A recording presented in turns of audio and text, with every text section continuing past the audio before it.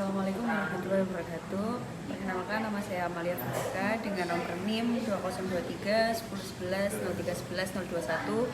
Saya sebagai salah satu mahasiswa aktif Fakultas Hukum Universitas Muhammadiyah Malang.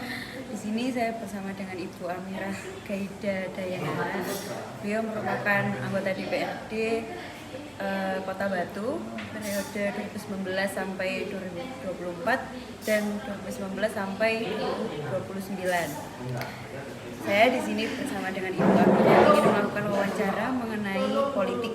Hal yang ingin kita bahas kali ini adalah partai politik dengan KKN. KKN itu korupsi, kolusi, dan nepotisme. Di sini saya akan menjelaskan sedikit apa itu korupsi, apa itu kolusi, dan apa itu nepotisme. Korupsi adalah suatu tindakan penyalahgunaan kekuasaan untuk mencari keuntungan pribadi dengan cara yang ilegal.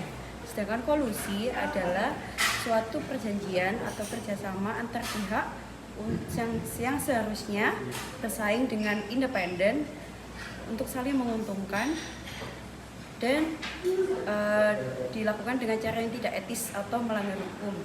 Sedangkan nepotisme adalah praktik untuk keuntungan kepada anggota keluarga untuk penunjukan posisi tertentu. Yang saya ingin tanyakan kepada Ibu Amirah adalah peran partai politik dalam menghasilkan kader yang bersih dari KKN. Itu seperti apa, Ibu, dan bagaimana? Sebelumnya perkenalkan, nama saya Amirah Gaida Dayana. Saya anggota DPRD Kota Batu, membantu Mbak siapa? Mbak Amel.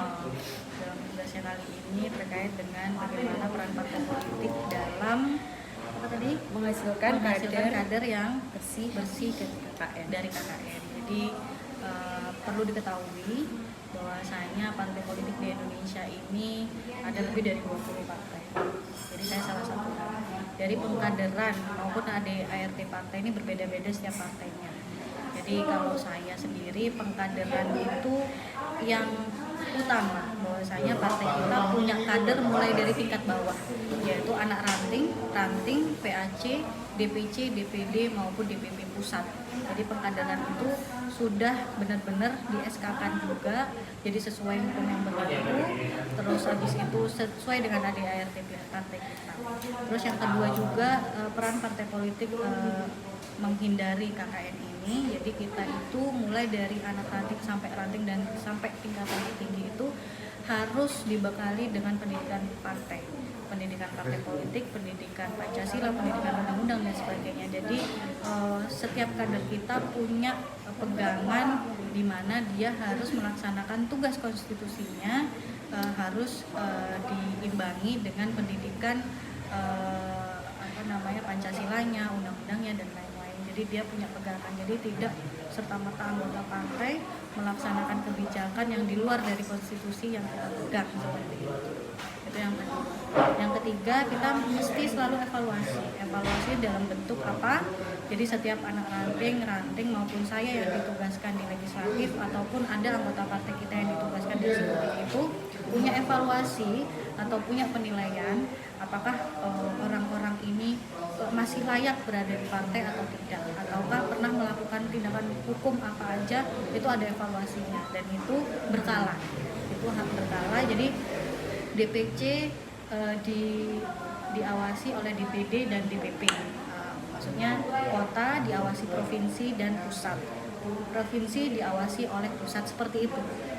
Jadi muter seperti itu. Jadi tidak ada yang namanya anggota partai kita yang tidak dibekali dengan pendidikan konstitusi ataupun tidak dengan anggota partai kita yang tidak terlepas dari segi evaluasi di partai pusat maupun provinsi. Jadi setiap partai itu punya kader masing-masing, mulai tingkatan bawah sampai tingkat atas. Dan bahwasanya pengkaderan itu karena sekarang ini kan yang lagi naik kan Gen Z ya. Jadi pengkaderan itu juga sesuai dengan SDM-nya juga. Saat SDM-nya memang sudah dianggap perlu istirahat, ya kita harus cari pengkaderan baru, harus seperti itu. Jadi dalam partai politik itu ya beda-beda kebijakan ya. Kalau partai saya sendiri memang dalam segi administrasi itu harus ada sendiri yang megang, dalam segi sosial media harus sendiri yang megang, hukum ada sendiri badannya, kebudayaan ada sendiri yang megang. Jadi nggak satu orang dikasih beberapa jabatan seperti itu. Jadi harus sesuai dengan beliaunya ini cenderung di bidang mana seperti itu. Jadi tidak ada yang namanya satu orang membawa beberapa badan ataupun beberapa jabatan. Jadi untuk ke polusinya itu memang di partai kami harus sesuai dengan bidang-bidangnya. Untuk kader itu kayak dia tuh juga punya anggaran kan enggak? DPC maksudnya? Iya. DPC punya anggarannya, tapi anggaran dari Banpol. Tapi itu ada pertanggungjawabannya juga. Iya, ada pertanggungjawabannya juga, ada SPJ-nya juga. Itu setiap tahun juga kan. Banpol kan didapatkan dari anggota legislatif, suaranya anggota legislatif dapat berapa, itu dirupiahkan jadinya Banpol yang dikelola oleh partai. Dan itu ada pertanggungjawabannya sendiri, ada SPJ-nya setiap tahun dikumpulkan di inspektorat kan seperti itu. Jadi kita ikuti semua prosedurnya. Apa-apa saja memang yang harus aturan itu sudah dibuat, ya kita harus ikuti. Yang memang itu anggaran yang harus menjadi operasionalnya partai, ya harus ada pertanggungjawabannya. Untuk yang nepotisme ini kan dalam bentuk keluarga, ini di kader itu biasanya juga ada atau enggak kayak penunjukan kepada anggota keluarga, oh ini ada posisi penting, habis itu di salah satu anggota keluarganya mungkin bisa ditunjuk untuk posisi itu. Tidak Mbak, jadi kalau untuk nepotisme, jadi untuk di partai kami itu memang cenderung begini, ada pemberatnya di mana seseorang yang mungkin memang berpengaruh keluarganya, terus habis itu orangnya sendiri mau mencalonkan, itu dinilai dulu di partai. Apakah beliau ini mampu secara fisik, mental, terus habis itu pendidikan dan sebagainya. Nah, apabila itu memang mampu, ya tidak masalah. Tapi untuk di partai kami, khusus untuk keluarga, misalkan yang ada seperti itu, tidak semuanya bisa mencalonkan, tidak. Tapi di ADRT kami, di partai kami, memang maksimal satu keluarga harus 2. Di atas itu tidak bisa, dan harus mengikuti wawancara, harus mengikuti proses-proses yang kalau untuk satu keluarga, satu kandung, satu rumah itu maksimal cuma 2, tidak boleh lebih dari itu.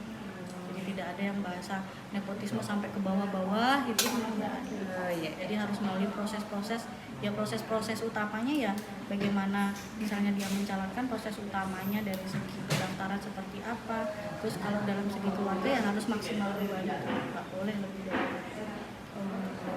Baik, sekian pertanyaan yang saya ajukan kepada Ibu Amira dan sudah dijawab detail oleh Ibu Amira. Saya ucapkan terima kasih kepada Ibu Amira atas waktunya dan kepada pendengar.